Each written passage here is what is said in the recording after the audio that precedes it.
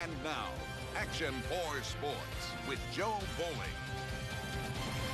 When the high school football season came to an end this past year, there were plenty of teams here in the Rio Grande Valley that wanted to, begin his next season as soon as possible. Such is the case of Juarez-Lincoln as they pushed through a year in which they didn't manage to notch a single tally in the win column. Action for Sports Director Clay Williams caught up with the Huskies on our spring football tour.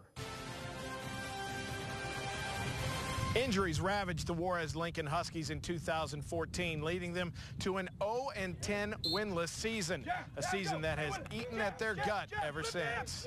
We don't want to go through that again. That was really embarrassing, just devastating. 0-10 is unacceptable. And during our off season, we've gotten stronger, we've gotten faster. With powerlifting, track, any other sport that can help us get faster or better.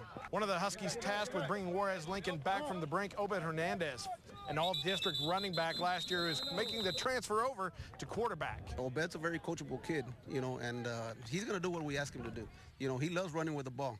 Hey, coach, he tells me every day, coach, I want to run with the ball. I said, well, you're going to run with the ball, but you're also going to be our quarterback. He's going to give us our best opportunity to win the ball game. Juarez-Lincoln boys track won the District 36A championship this past year, and that speed is what the coach is counting on to help this fall. Because all the speed work and conditioning we did, it translates to now, which makes us faster and more conditioned, and we can last longer in place.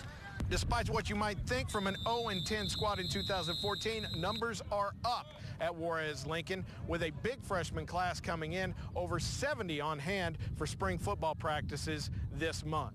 From Juarez-Lincoln High School on the Action 4 Sports Spring Football Tour, I'm Clay Williams.